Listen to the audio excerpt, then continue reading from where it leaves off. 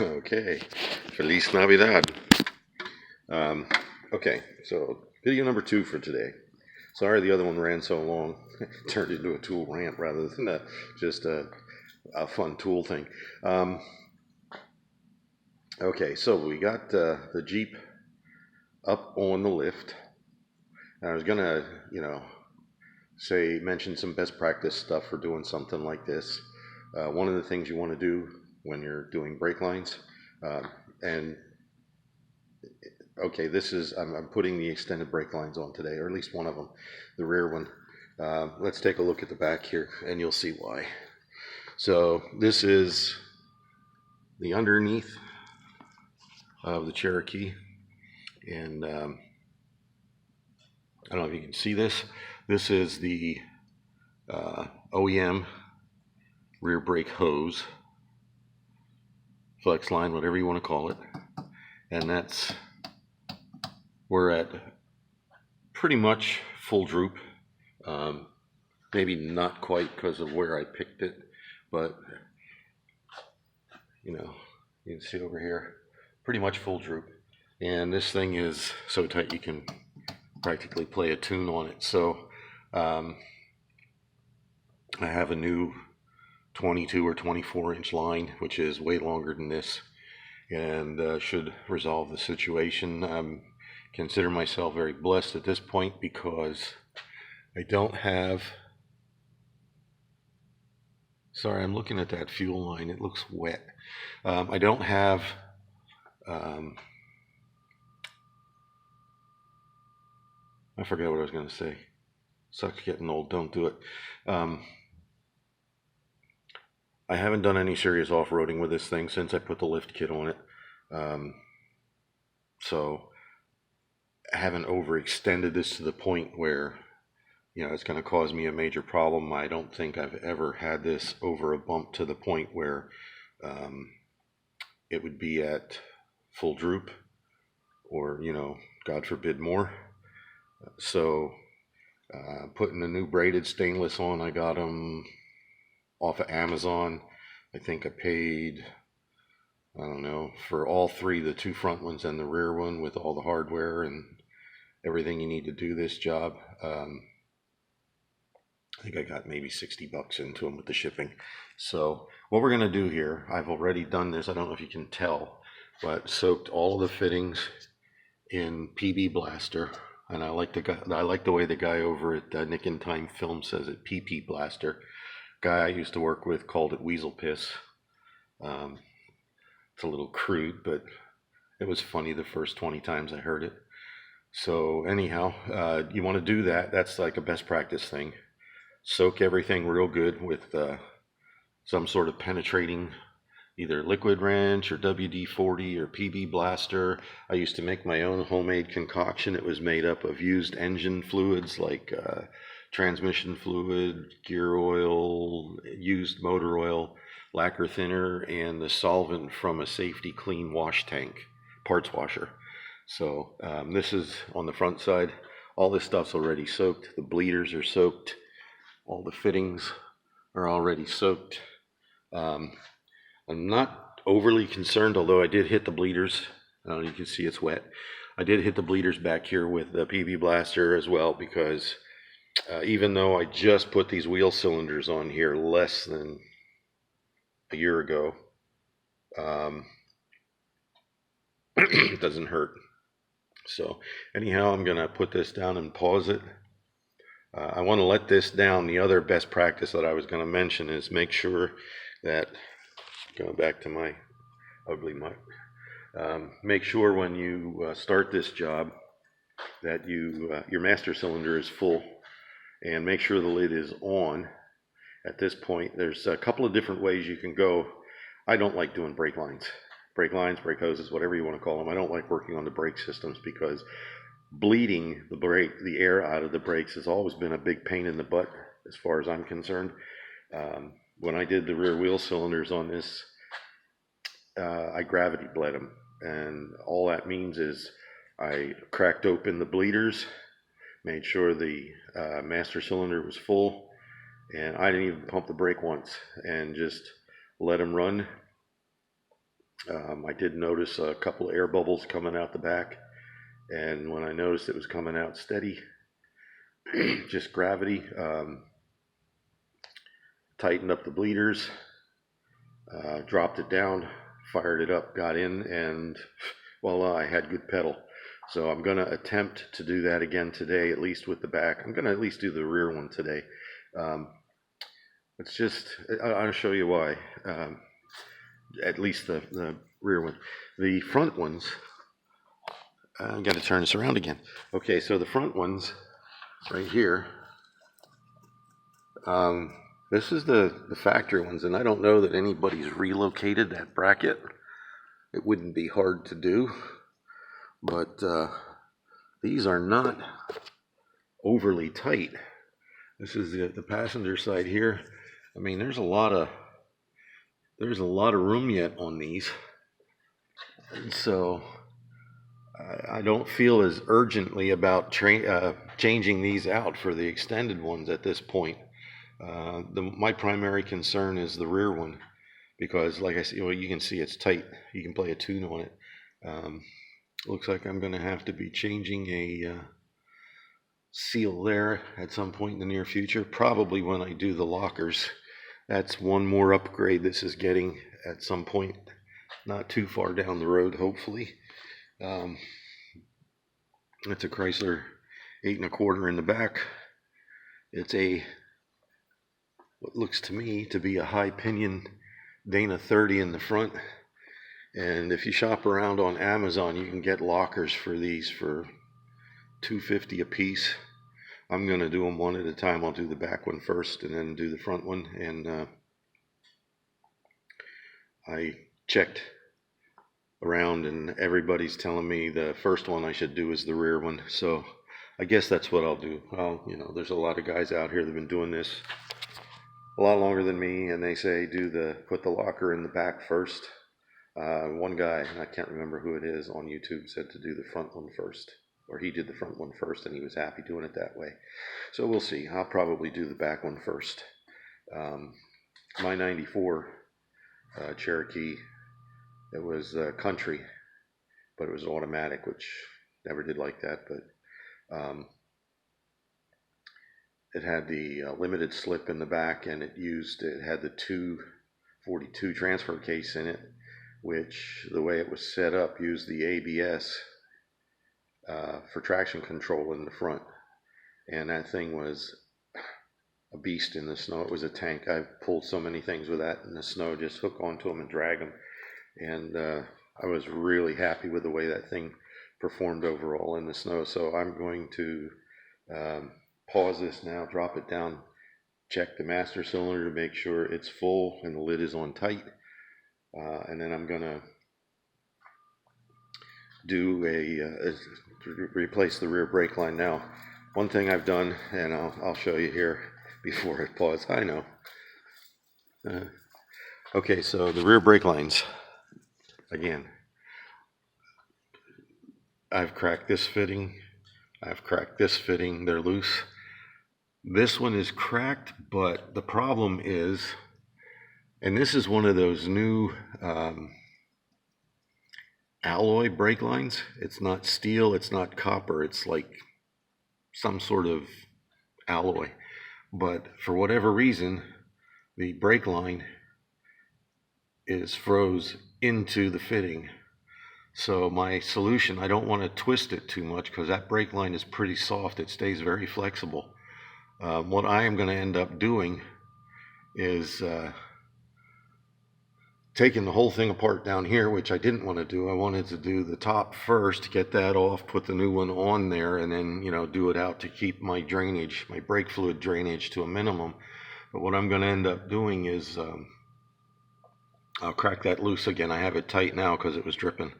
But get this all apart and get this off, and then hold this and then twist the line out off the fitting. And then after the line is off the fitting, soak it down with the PB blaster and see if I can get that fitting to break loose.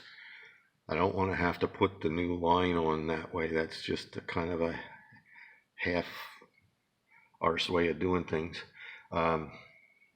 And the thing you got to be careful of with brake line fittings, I don't know why, but they seem to be extremely easy to cross thread. So when you're putting your fittings back in this block, be very careful to make sure you don't cross thread them. What you might want to do, what I'm going to do is once I have this all apart and I'm putting the new line in, I'm going to leave the thing just loose and turn these in by hand. Both sides, get them started at least by hand till I know they're in to the point where they're not cross-threaded. And then I'll put all this back together and then tighten down the lines. So as you can see, I have plenty of breather tube on here for the diff, so I don't have to, and it's in decent shape. I don't see any cracks. So I don't have to replace that. Not that that's expensive or, difficult to replace, but it's in good shape yet. So if it ain't broke, don't fix it. All right, now we're gonna pause this, and I'm gonna actually try and get some work done. All right, a lot of time has passed. I didn't even do some of the stuff I was suggesting you guys do. We're back under the Jeep. I'm going to turn this around in a second. I did get the new line on, but not without challenges. So the biggest, one of the bigger challenges was that fitting there. I could get it loose in the hose, but it did not want to turn on the line. A friend of mine stopped by, and just about the time I had gotten it, I just got it loose on the line. What I ended up doing was disconnecting everything here, taking that out and twisting the line off of the fitting at the top. And then before I put the new line in, or hose in, I got a torch and I heated it up and got at it with the wrench and got it broke loose, and then of course doused it down real good with more PB Blaster. But he diagnosed the reason why that thing was so hard to turn was, I don't know if you can tell looking at the bottom of this, the original floor is in bad shape, but there are new floors on the top side. I put them in, you can see, the screws, and they're panel adhesive and self-tappers is how I put the floors in. I did not weld them in. I sealed the edges as much as I could with silicone. I've sprayed, before I put the new floors in, I sprayed it inside and underside, or top side and bottom side, inside, outside, however you want to. And with POR 15, which is a rust converter, or POR, paint over rust, and it hardens like a rock. So apparently at some point,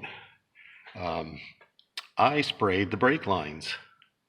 And then after I had the first accident in August of 2018 with this, where I lost all my brakes and rear-ended another vehicle, I replaced this wheel cylinder, and at some point after that I must have sprayed it with POR 15. So I don't know if you can see, but the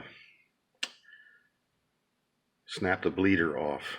I should have heated that up like I did the fitting up there.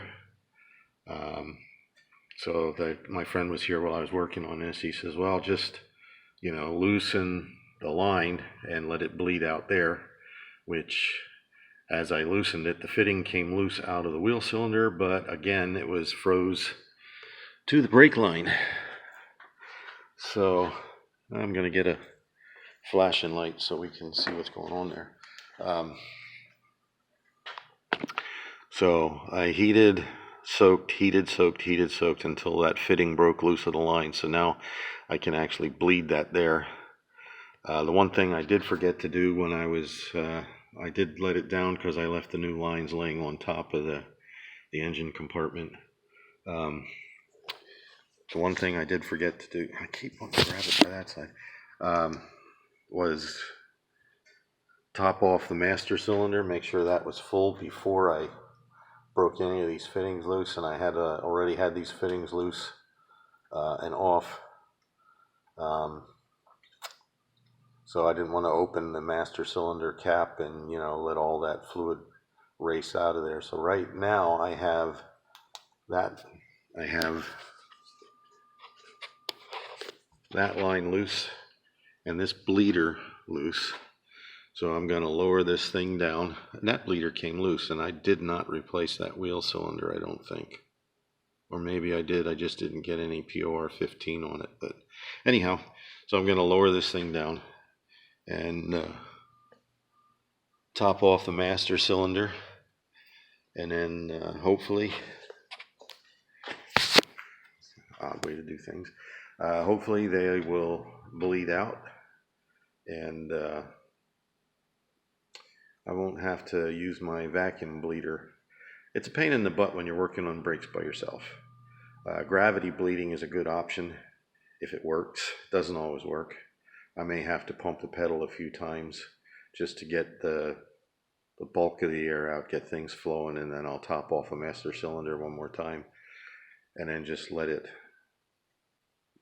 the air bleed out on its own for 5 or 10 minutes or so, and then close the bleeders and check them. And if I have pedal, great. If I don't, then I top it off again and crack the bleeders, or the bleeder and the line,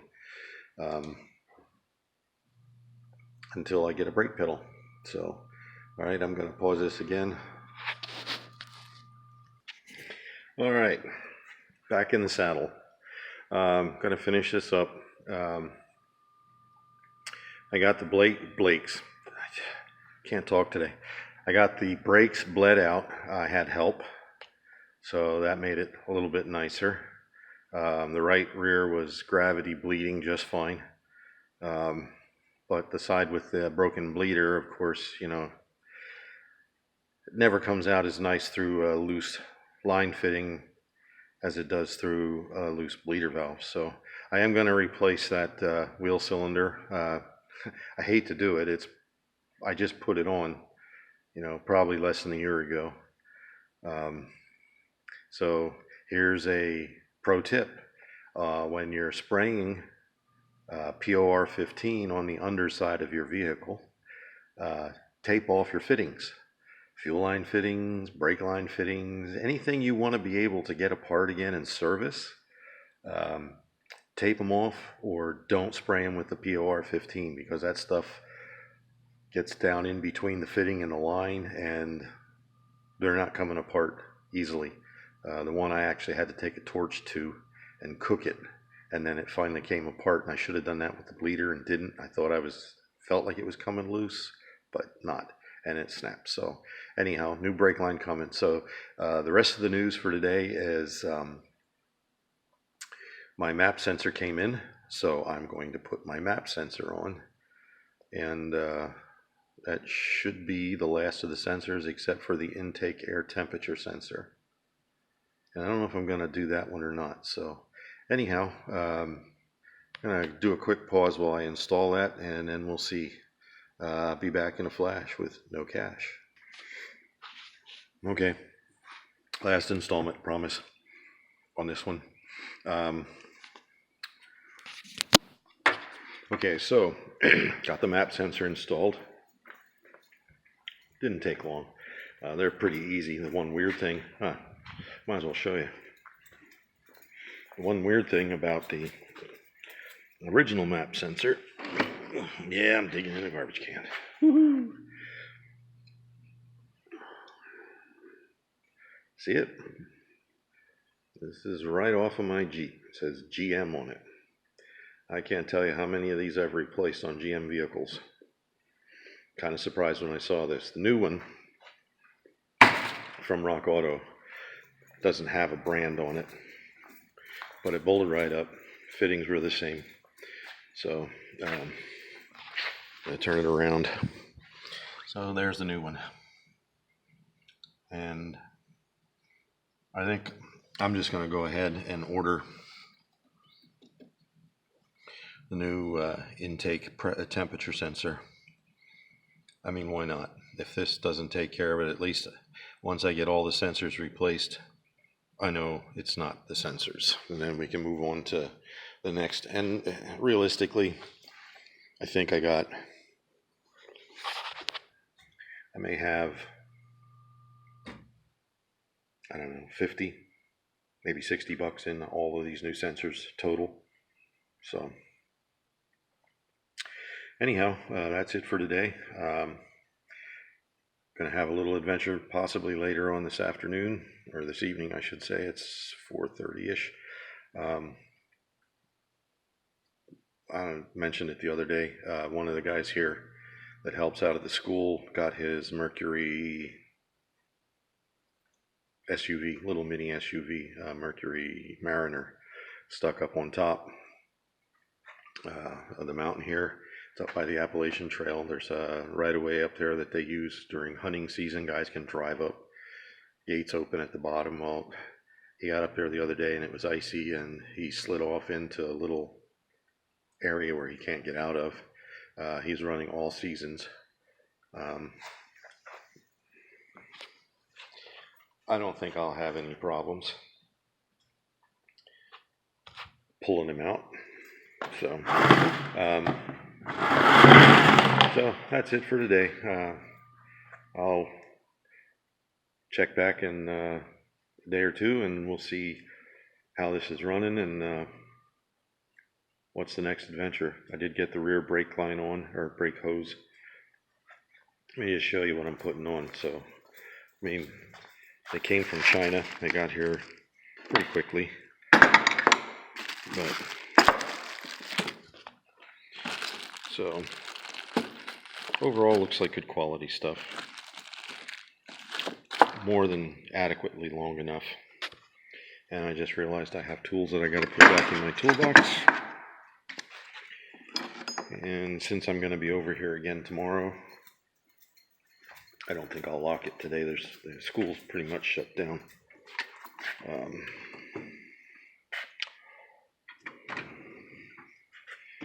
Put my channel locks away. Channel locks. The real deal. A new cobalt screwdriver. And my little mini pry bar. So I'll probably lock it. I'm really AR that way. So anyhow, that's it for now. Thanks for hanging in. Sorry these got so long. I guess you'll see me in the next one. Peace, Merry Christmas, and God bless.